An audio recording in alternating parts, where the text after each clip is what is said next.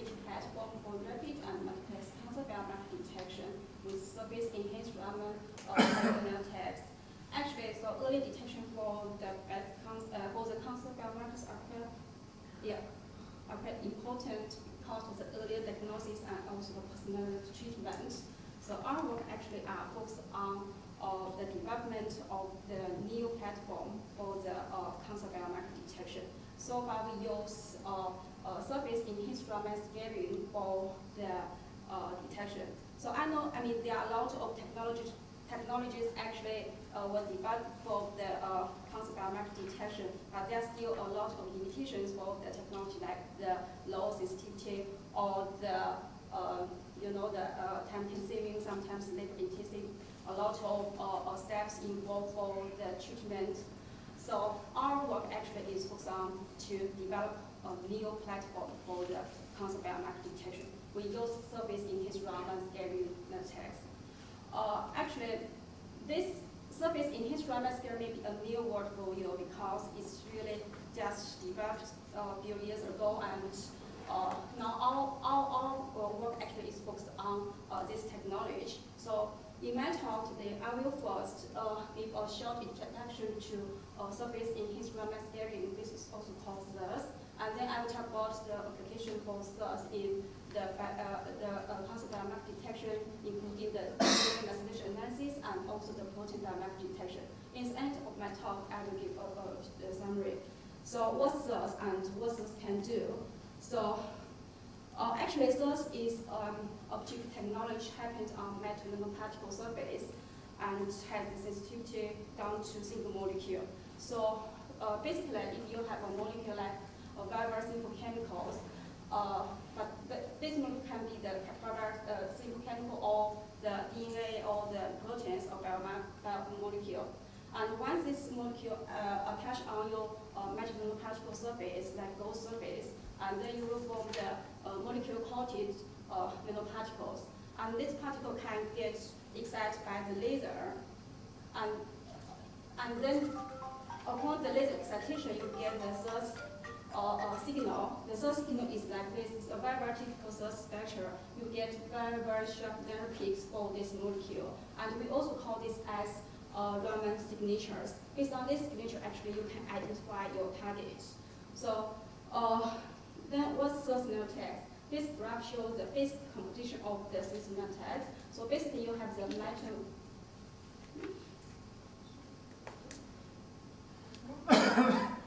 So basically, you have the metal nanoparticles as a core for the. Yeah. Okay. So basically, you have the metal nanoparticle as a core to enhance the signal, and then you have the raman reporters actually coating on your metal nanoparticle surface for the raman signals, and then you have the protective shell. This shell is optional but highly desired because this shell could protect your raman reporters and also nanoparticles, and this shell could be the silica shell or the polymers. And very importantly for this protective shell is that it could also offer a robust surface for your biomolecule targeting, like the antibody or the DNA. Based on the antibody to antigen bonding, you can detect the antigens very sensitive. So you may ask why use SIRS, not other technology. So we just compare the fluorescence with SIRS. So actually, fluorescence is quite well known, and most of the biological studies use fluorescence, but few use certain nanoparticles. But actually, so if you use SIRS, you could get a lot of benefit for this technology. So for the fluorescence, you can see that the peak are quite broad. The peak is around 40 nanometers wide, but for the raman spectrum, actually, it is just 2 nanometers. It's quite narrow. And the limitation for the fluorescence is that because the broad peak, so the multiple detection is limited because of lack of the spectrum. This is one should come for the fluorescence. Another point for the fluorescence is that if you want to excite all the emission of the fluorescence, you have to choose different kind of laser to get maximum emission spectrum for the fluorescence. But for our SIRS, actually, we don't need so many lasers to excite. We only choose one laser, we can excite all the peaks for the Raman signals because the very narrow peak of the Raman spectrum. Another one is for the fluorescence. You know, it is easy to get photo bleach, but for this technology actually is quite stable, it's photostability. So actually for this, the benefit you will get is because the narrow peak, you can easily to multiplex your target. Another one is use one single laser excite, you will get all the spectrum. It's very easy to get multiplex detection and for the photostability. So this is the quite advantage or benefit you can get from this technology. So due to the narrow peaks, we can see that if you choose different kind of such particles, you can get exactly the narrow peak of the sparkles of the particles. Based on these sparkles, you can do the multiplex detection. So the great benefit for this technology is that you use one single laser excitation. Multiple signals can be generated simultaneously. So this is the great benefit for this. So how to use this for the detection? So here I will just give two typical examples for the application. One is that the duplex single base mismatch detection and also the DNA methylation as the CPG resolution as well as via the LCR reaction. The second example is about rapid and specific source immunoassay by using the nanoscale surface shear force. Okay, now let's go to the first example, how to get the single DNA-based mismatch detection by using this technology. So this is the scheme for LCR. Actually, if you have the matched DNA sequence, you can get the exponential amplification for your target. Once you get the target, then you can use the captured DNA you can use the captured DNA on the gold surface and then to capture your product.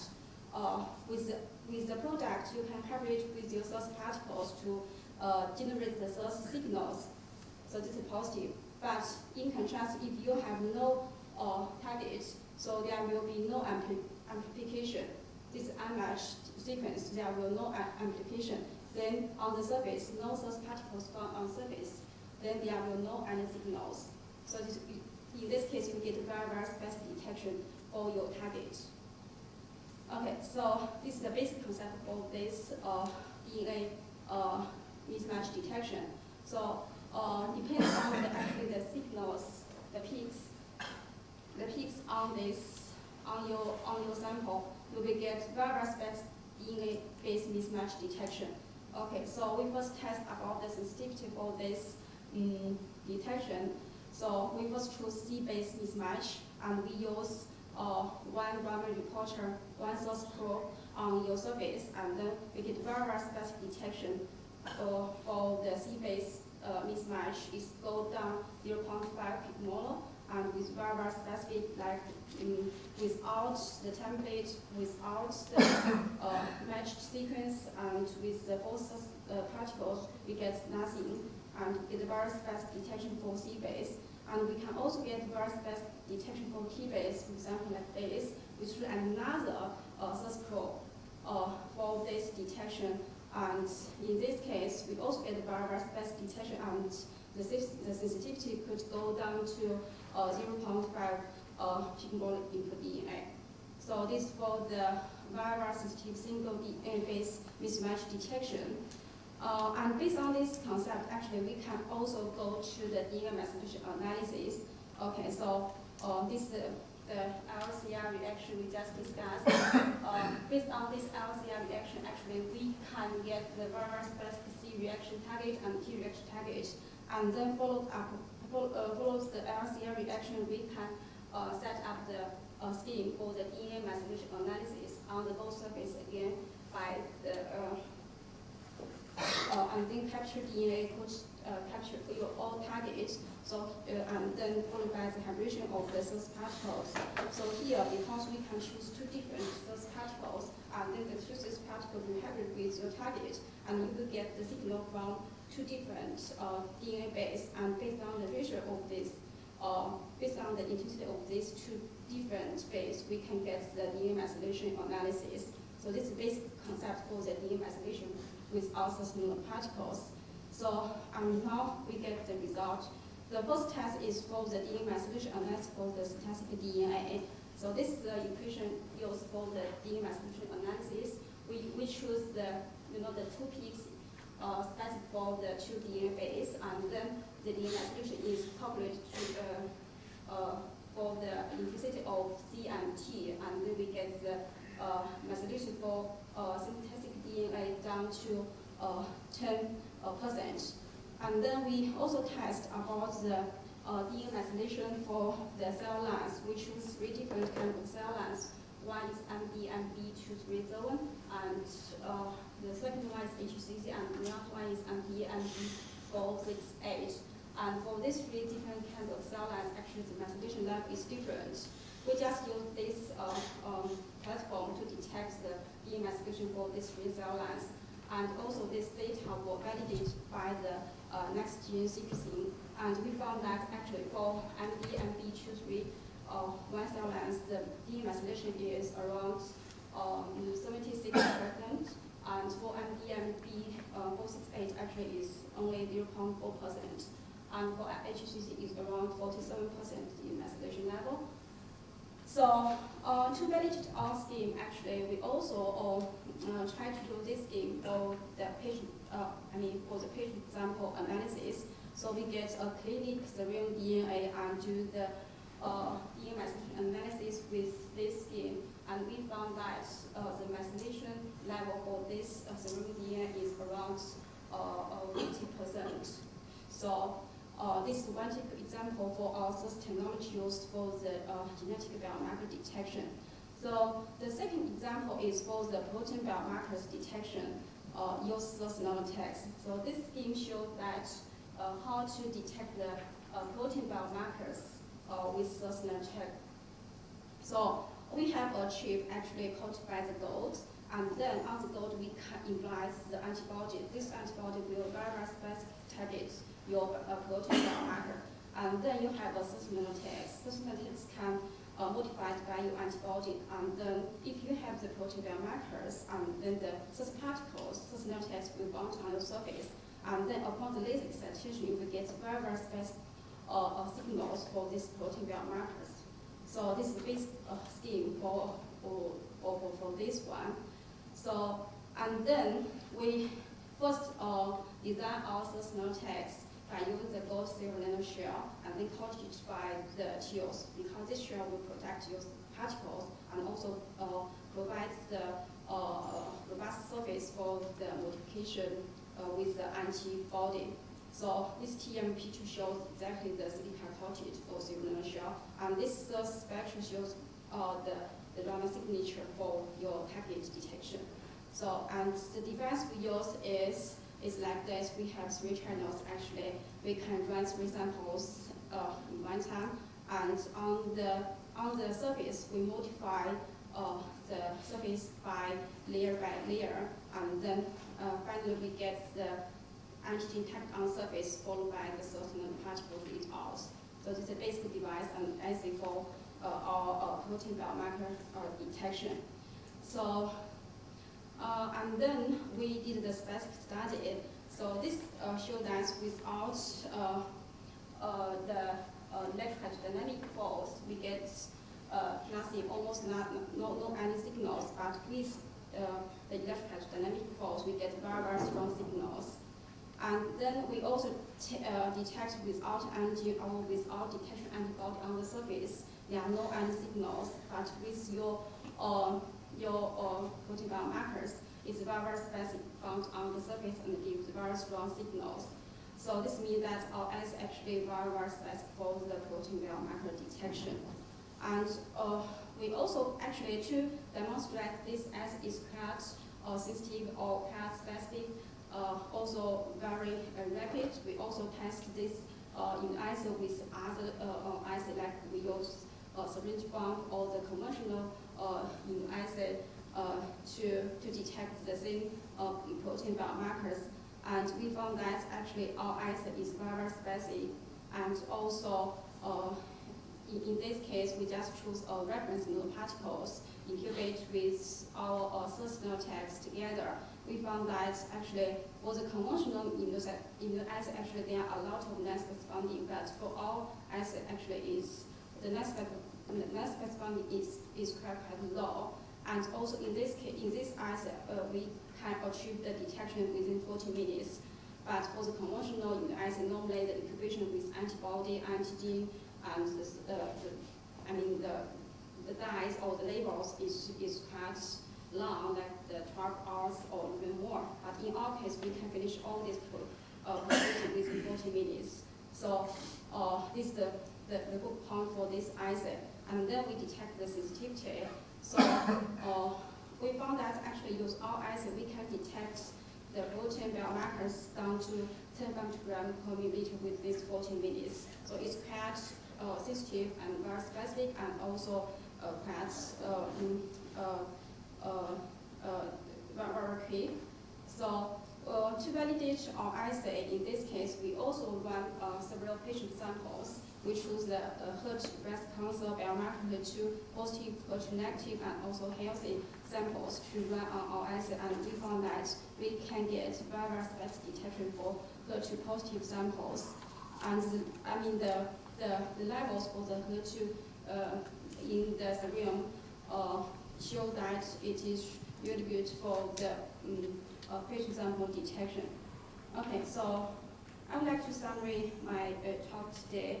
So actually, use our technology, we can detect different kinds of biomarkers. The first one is that we test the genetic biomarker for the methylation analysis. We can achieve down to 0.5 molar sensitivity with very high specificity, and as low as 10% difference in demethylation can be detected. And all these are actually validated by our cell line samples and also the patient sample. The second assay actually is based on the rapid and highly specific immunoassay for breast cancer biomarker detection. In this assay, actually, we first originally designed our cortical serum shells as the nanotags, and then we use alternative current electrodynamic force to significantly reduce the ice time and non-spec bonding. And this assay could achieve very sensitive down to 10 femtogram per ml for the rapid, but within 40 minutes, the HER2 detection with very high specificity. Okay, so in the end, I would like to thanks to Professor Mitchell. He gave me a lot of support and for the work in his group. And I would also like to thank my co-authors, Dr. Yuling Wang and Dr. Mohammed Shidiki, and also Lam for their helps, and also Charles group members. And I would like to thank the funding support from ARC and also NBCF. Thank you very much.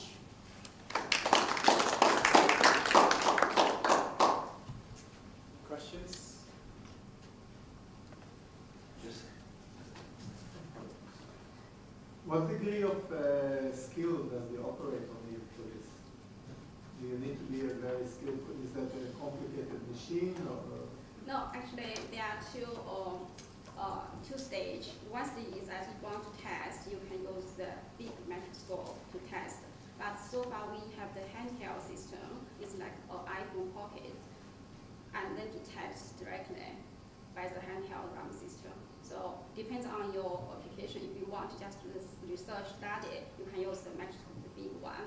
But if you want to test in clinic, you can use the handheld system. It's quite small. Yeah. Other questions? Just curious. So is your particle able to be detected by flow cytometry? Yeah, actually, from the beginning, I compared the difference of fluorescence and the cell spectra. So actually, fluorescence has so many differences.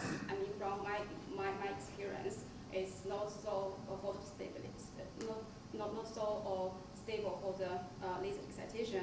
Also, it's because it broad bounds, so it's hard for the multiplex detection because of lag. And also, you can't excite with one single laser, get all the emission of the growth of the dyes. But for all those particles, actually, because you can use only one single laser, you can get all the all the peaks, all the signatures, or we call the barcodes. So it's more benefit for the multiplex detection. This is one. But if you want to confirm the fluorescence with source, actually you can do that. The only way you can do is with these particles. With this one, with these particles, once you get the Raman report code on the particle surface, and then when you do the TILs, the silica grow, and you can integrate your fluorescent dye into this shell, and you can get two functional particles. One is fluorescence, one is source. But it makes no sense because actually for source you can do a lot of things, but why you need fluorescence? Yeah, but in principle you can do. Here, the flow cytometry also can use laser. Yeah. And because it's can simultaneously check few channels of fluorescence signal. That's a very good application if you can use it in. Yeah, I understand, but for source actually we can also do the different colors, just use one single laser. You don't need to use different laser to excite different channels, but in our case actually we can use only one single laser to excite all the